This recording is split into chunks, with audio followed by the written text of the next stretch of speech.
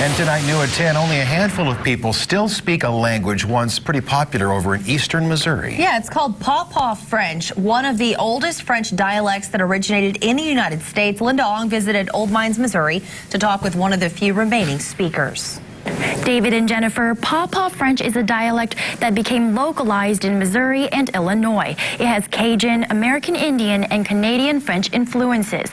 Efforts to preserve the language are few and far between, but those who do speak it are trying to hold on to every word.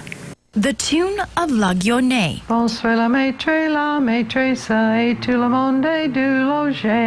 takes you back in time to Old Mines in the 1700s. The French, the language froze. It didn't grow any, except for people making up words. They kind of took the English word and kind of put their twist to it. This dialect became known as Paw Paw French. Comment ça va? Ça va bien, vous? C'est bon ça. Spoken by many 18th century French settlers, like Natalie Vilmer's family, who called Old Mines their new home. My great-grandfather came directly from France to New York and to Belleville and then here.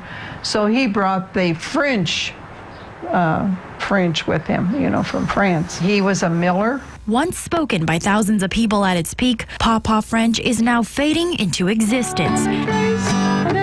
And Vilmer is one of the handful of remaining speakers who is trying to keep it alive. And by the 80s and 90s, it just, you know, all those older people passed away. And so today there's very few that, you know, like myself, maybe they can say some phrases, you know, say une jolie journée, you know, it's a beautiful day. But very rarely now are these phrases spoken. Joe Poli also speaks Paw Paw French.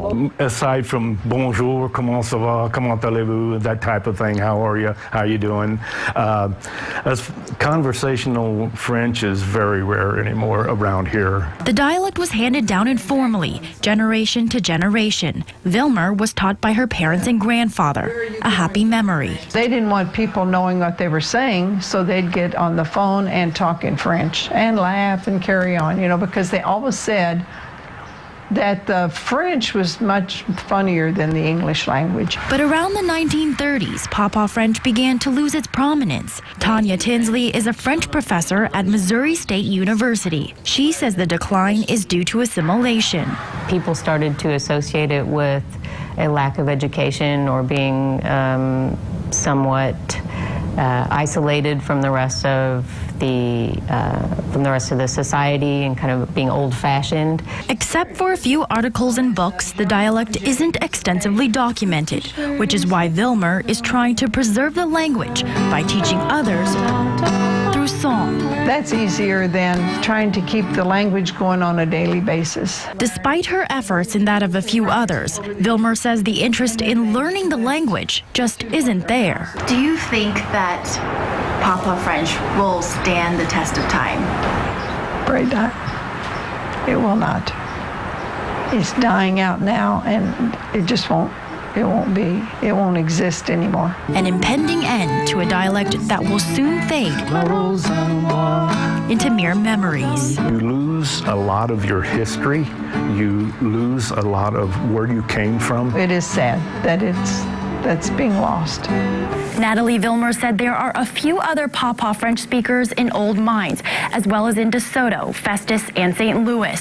There are annual festivals that are held in and surrounding Old Mines, which hold on to the rich traditions of the early French settlers. Vilmer said she hopes interest in learning Paw Paw French will grow before the remaining speakers all pass away.